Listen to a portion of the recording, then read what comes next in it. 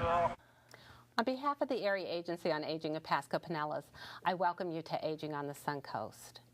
As we age, we are likely to pay increased attention to our physical health, both in our efforts to maintain healthy bodies and often due to the necessity to recognize and address physical problems as they occur. It is equally important to maintain good mental and emotional health. On today's show, we will discuss strategies for maintaining good mental health and also look at signs of mental health problems and how to address them. Joining us today are Pat Savonic, the Health and Wellness Coordinator for CARES, and Linda Wagner, the Director of Clinical Services for Suncoast Center. Welcome to Aging on the Suncoast. Thank you for joining us today. This is such an important topic and one that we don't address frequently enough. But before we begin to discuss it, let's get an understanding of what is mental health. Linda, what would be your idea on that? Good mental health would mean when you get up in the morning, you feel good, you have a plan for your day, you have friends and family or other social contacts, you are aware of your moods and emotions, and it's okay, you know it's okay to feel sad when you feel sad, feel good when you feel good, and to pay attention to those when you feel sad, feel good when you feel good, and to pay attention to those kinds of things. And it's really important because it really does affect your physical health as well. So these two are really connected to each other, and you need to make sure that they're both going in the right direction. And so often, as with our physical health, we take it for granted for those who have good mental health. But perhaps as we age or as we reach difficult circumstances, we need to develop strategies to maintain good mental health.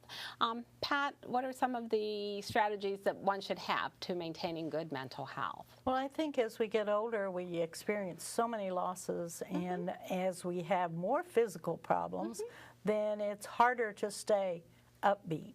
So we need to really take charge and think about, you know, why am I not getting any pleasure out of anything that's going on? Why haven't I seen my friends? Why doesn't anybody call me anymore? Well, maybe we need to take the bull by the horns and call someone ourselves, you know, and be in contact with people. Choose people that you enjoy, that you can laugh with. I have a friend in the hospital right now who called me the other day, and she says, I just needed somebody to make me laugh. So it's important that we are aware of where we are and to take action. Right. Some other ideas, Linda, to maintain good mental health. I think that's really important. I think laughing is really shown to be a very positive way to increase your feeling of good health. And I also think that we need to take charge by making sure that you're eating properly, that you're doing as much exercise as you can do, and that you're knowing that you can take charge of your life and to feel good about what you're doing when you're doing it. Particularly as we perhaps lose control of some of the other areas of our life, some of the losses that we have no control over. Your suggestion of taking control in other areas sounds to be a very good one, where things that you can make a difference. Finding something that you can do, that you like to do, and to think back and think about, well, what things in your life have made you feel good, and how can you think about those and do something to reinvent those in a different way, maybe, so that you can continue to feel good about them. Right. Focus on what you can do, not so much as what you can't do. The other thing, too, is that if you feel as though, you know, you're really down and this continues for a couple of weeks, then you really need to seek some professional help. You know, so just don't let it drag on and on. And we certainly, you know, within this show we'll be discussing, you know, when there are signs that need professional attention. But Pat, I was interested, you talked about connecting with other people. That is an important part of maintaining good mental health. Yeah, I think that we're all made to be gregarious social people. When we become isolated, nobody likes their own company 24 hours a day, 7 days a week. It's nice to have someone else to talk to share your thoughts with, to find out whether or not the way you're feeling is, you know, the way everybody else feels.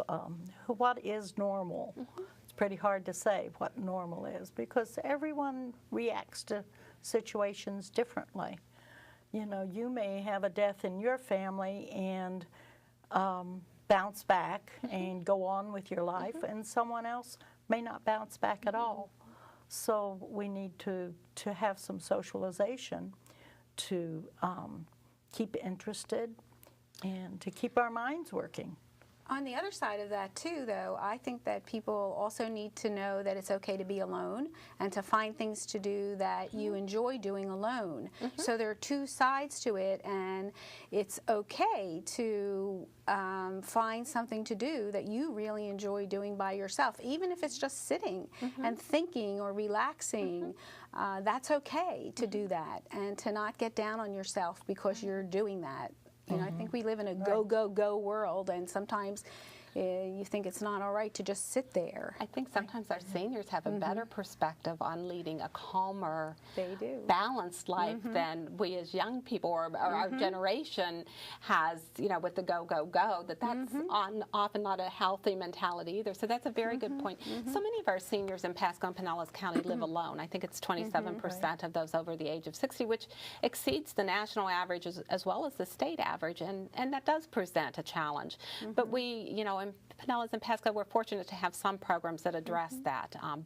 Both areas have senior dining programs that are funded with federal funds for people to gather at lunchtime each day. For good nutrition, which is important to good mental health also, but also for the socialization, to be with other people, to eat with other people. Yes. And we have senior centers throughout both communities, which have a range of activities, from playing cards to exercise programs. So, you know, if our viewers are interested in, you know, if this is motivating them to become engaged, we will be running our senior helpline telephone number through the show, and please call and ask about those programs. We have touched upon that there are challenges that seniors have to maintaining good mental health that perhaps not all the population has. The physical aspects, the loss of friends and family, as well as, you know, the loss of their physical health. Do you find other challenges that are specific to seniors and those of us as we age? Well, I don't know if this is specific to aging right now, but I know that there are a lot of seniors who are really struggling economically.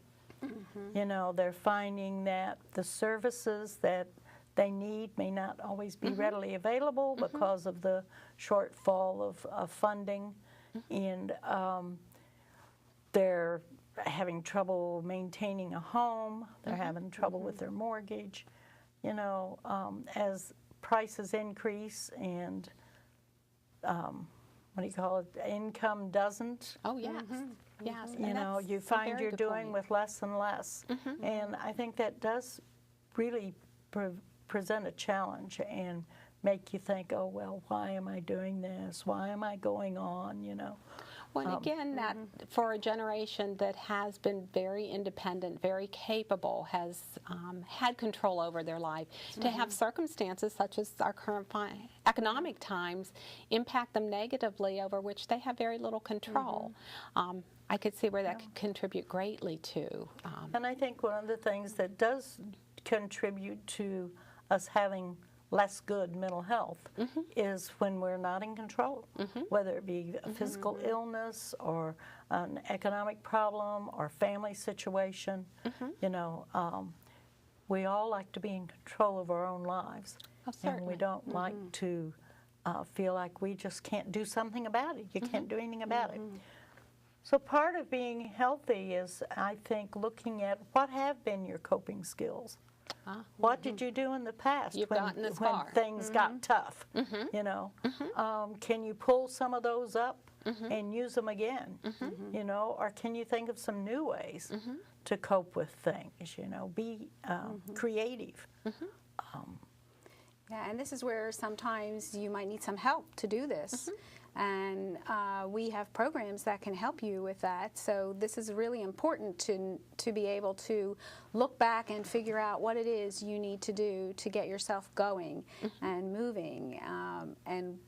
We have a program, the Gerontological Counseling Program at Suncoast Center, which is in Pinellas County, and there's also a program in Pasco County. And a counselor can talk to you, can come to your home, can see you at a senior center, can see you in an office, and this person might be able to help you to figure out what it is you need to do, or what it is you really know anyway, but you haven't been able to really think about it and pull it up and use it in a good way for yourself. So these programs are funded by the federal government, and they are free of charge to the person that is using the program. You don't have to be horribly depressed or miserable or anything like that. You just really need to think, gee, there's something that's missing in my life, something that maybe I could do differently, and I can't figure out what it is. And it's also much easier to usually talk to someone that doesn't know you and can just listen and say, give you a way to move in the right direction. So we would like to offer these services to you. And certainly during this segment of the show and during the next segment, we will be running the telephone number for Suncoast Center and also for Gulf Coast Jewish and Community Services, who offer the services in both counties. And as you said, they are free of charge because we do receive federal money under the Older Americans Act that is administered through the Area Agency on Aging.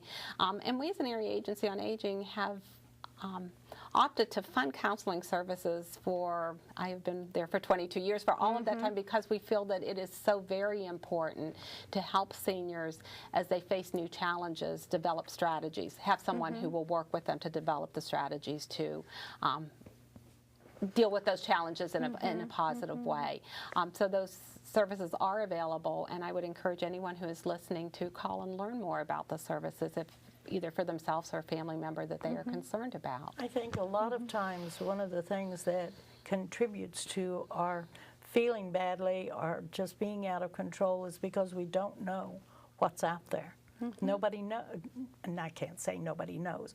Many people don't have any idea what resources are available to them. So, you know, I spend a good deal of my day just talking to caregivers who are saying, I don't know what to do. You know, I don't know what to do. Well, there are resources, and we'll talk more about that later, I'm sure. We all want to know, you know, identify this as a problem and then have a means of addressing the problem, whether it's a physical problem, a problem raising children. You know, you want to know that you can pull in what it is that you need. And I think this is often a well-kept secret, not intentionally, that there are resources out there. When you talk about financial difficulties, our senior helpline has some resources that are available to seniors in terms of thinking through, you know, how to free up money, perhaps from one source to use it for another source, help them with some of their bills. You know, we don't want people to sit out there and think that they are dealing with these problems alone, that we need to be part of the solution for them. Very important points that you have made. You know, another thing that seniors often do is kind of reminisce about their background, about what their life has been like. And one of the things that this supportive counseling can help you with is to really look at that and maybe do some kind of life stories or a life script. And there's been a lot of talk about that on different radio shows, and leaving this for your children, looking at your family map, looking at things that have been in your history that your children or grandchildren don't really realize. And that's a way to look at your life and feel good about it and know that you are leaving something for your relatives that will be really important. And it's easier to do that with someone else helping you to move through that process. You know, as I was reading through materials for the show, one of the thoughts about addressing maintaining good mental health is to become engaged with others, to be doing for other people. And what a perfect example of, you know, giving a gift to the next generation, as well as in the process realizing, your value, you know, that, and so often we as a society don't value seniors, but when you know, you sit down and you talk with them, and if they talk with themselves and review those experiences to say, you know, I've had a good life, to, you know, give themselves a pat on the back for that and realize, you know, I've gotten through difficult times before. I can get through difficult times again. We're going to take a short break now, but you've certainly piqued our interest, and I look forward to talking with you some more in the second segment about some of the other resources, and also about when mental health problems occur, what is available out there in our community to help address those. We'll be joining our audience in a few minutes.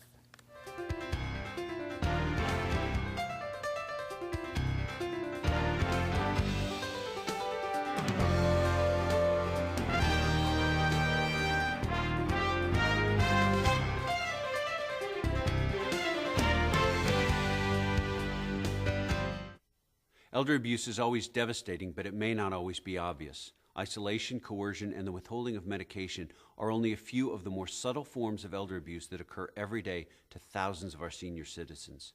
Please join me in the fight to end elder abuse. Our elders deserve better. Visit the website of the National Center on Elder Abuse. It's time to speak up. During the first segment, we have been talking about the importance of good mental health. During this segment, we will be reviewing community resources that are available to assist seniors to maintain good mental health and to address problems as they occur. Joining us once again are Pat Savonic, the Health and Wellness Coordinator for CARES, and Linda Wagner, the Director of Clinical Services for Suncoast Center. As we ended the first segment, we were talking about some of the challenges that seniors have in maintaining good mental health. I think we need to discuss, you know, what are the indicators that someone should really has a problem that might require some intervention. Well, I think if you find yourself getting up in the morning, you don't get dressed, you don't want to take a shower, well, I don't care whether I eat or not, you know, all of those are like, well, you really need to do those things to maintain good physical and mental health. Right. You stay on the couch all day and have no interest in getting out with your friends, or you know, you just don't feel like bothering to cook anything, so you have a snack. Nutrition really can feed into contributing to being depressed as well as your physical health, you know, and I don't think a lot of people collate those things together. The other one is medications. If you're on a new medication and you just feel really funky, then maybe you need to talk to the doctor about it. You know, sometimes we're on multiple medications, and they kind of interact with each other, and that too can contribute to some feelings of helplessness, worthlessness, I just don't care. Then's when you really need to seek some We shouldn't professional help. routinely accept these feelings to Right. say that's Exactly. okay. But as we age, we perhaps don't have the energy level that we had before. So how do you distinguish, you know, it's okay to feel sad, it's okay to be tired, but when does it not become okay? I think you need to look at how often it occurs, how long it stays with you, and if anything stays with you a week or two, and if you're not sleeping or you're sleeping too much, if you're irritable, if you're anxious, if you are not enjoying any of the activities that you used to enjoy, and as Pat said, if your eating is not the same as it used to be, if you're losing weight or gaining weight, these are all symptoms of depression that need to be accounted for.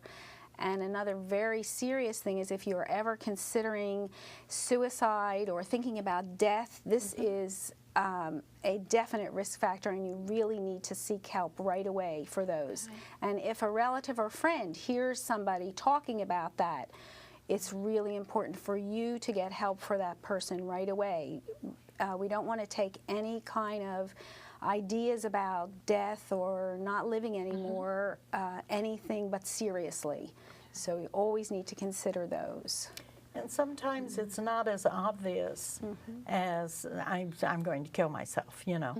But if they do things like start giving away their favorite items, or they start thinking maybe I need to rewrite my will, or things that kind of indicate winding down, then, or if a person's been depressed and suddenly they have a big turnaround, then it's like, okay, they've made a decision now and they know which way they're going to go.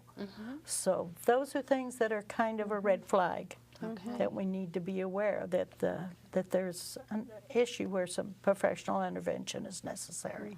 And when we see this red flag, either as a family member, a neighbor, a friend, or for ourselves, where do we turn, Linda?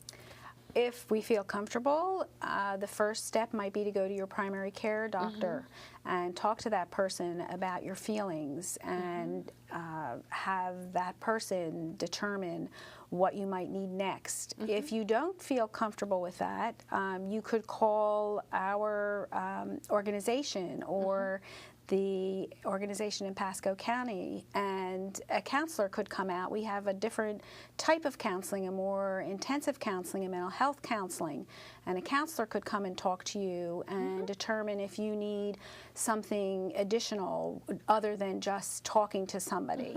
So, so those are two steps you could take. The primary care doctor or the mental health counselor are both places you could go. And we're going to run the telephone number again for Suncoast Center, which is the organization in Pinellas County, and Gulf Coast Jewish and Family and Community Services, which is the organization in Pasco County, that is available to help seniors and will respond to those calls.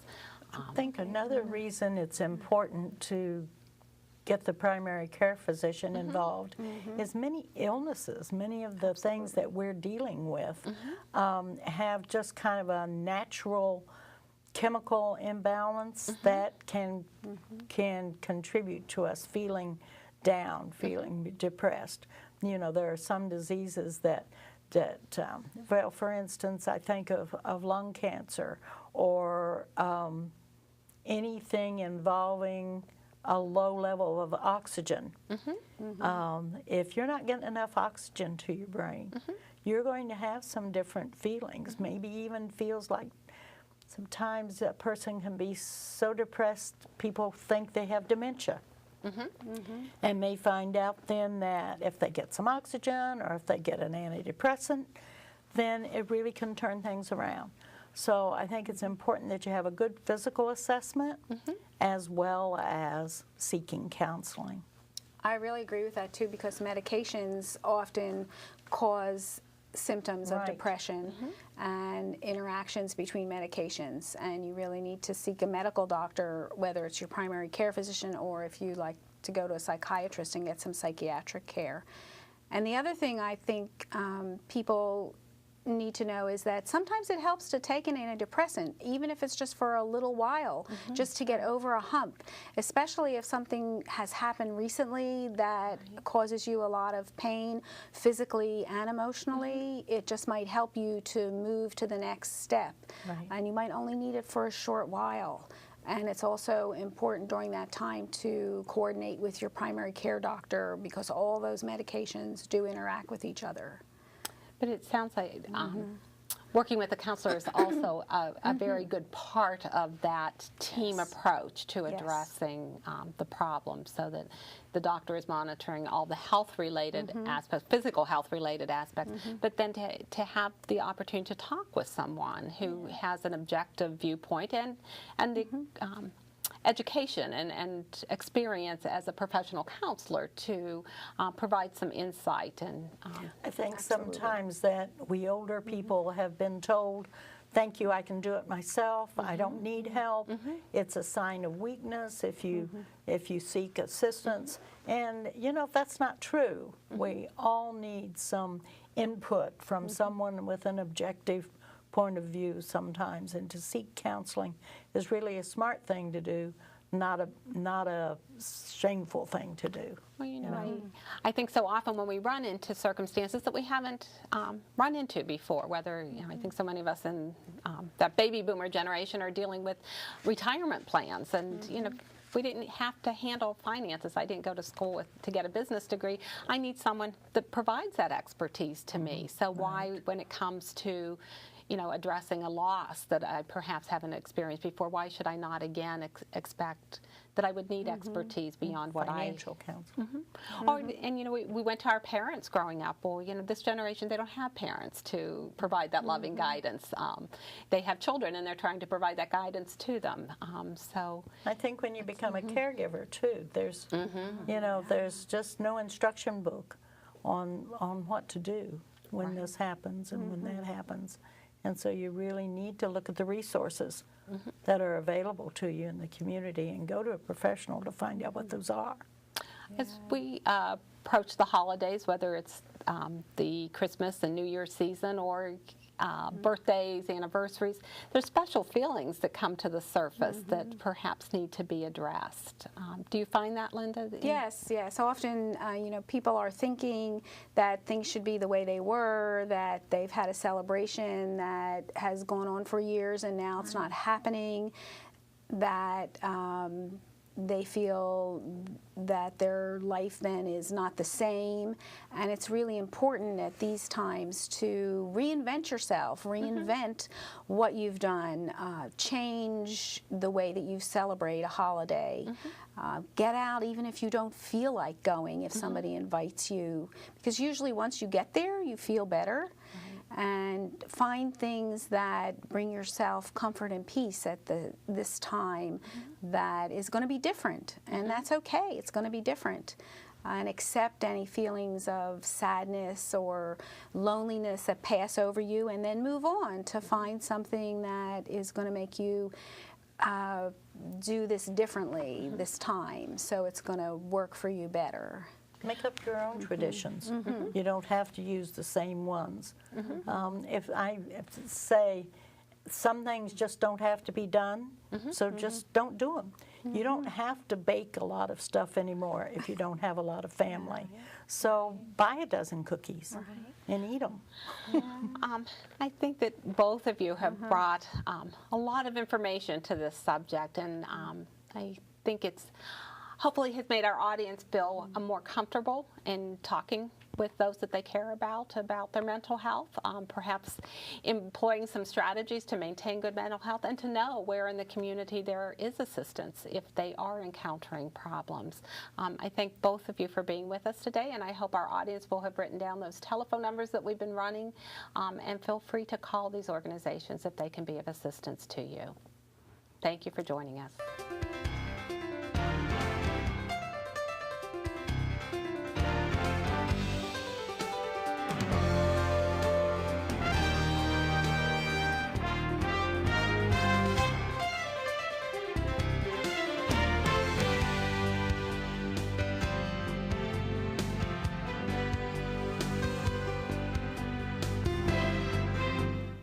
Hi, I'm William Maypother. I play Ethan Rahm on the TV show Lost. Let me tell you about a truly lost population. Every single day, thousands of our elderly citizens are subjected to abuse, emotional, financial, physical. Worse, the majority of people who commit these acts are those closest to the victim.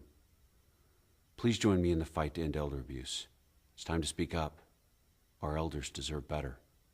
A Pinellas County tradition returns as the Florida Botanical Gardens Foundation and community sponsors present Holiday Lights in the Gardens. Over 500,000 LED lights transform the gardens into a holiday wonderland. Volunteer performers will provide family-friendly entertainment nightly, and vendors will offer light food and assorted beverages. This year's event will also dedicate the new Aquatic Reflections mosaic in the wedding garden. There's only one turtle in the design. Can you find it? Other special events include a gift and plant sale on December 11th and a dog parade on December 31st. Holiday Lights in the Gardens opens Friday, November 25th and runs through Sunday, January 1st from 5:30 p.m. until 9:30 p.m. daily. A suggested donation will support the gardens, but admission is free to children under 12.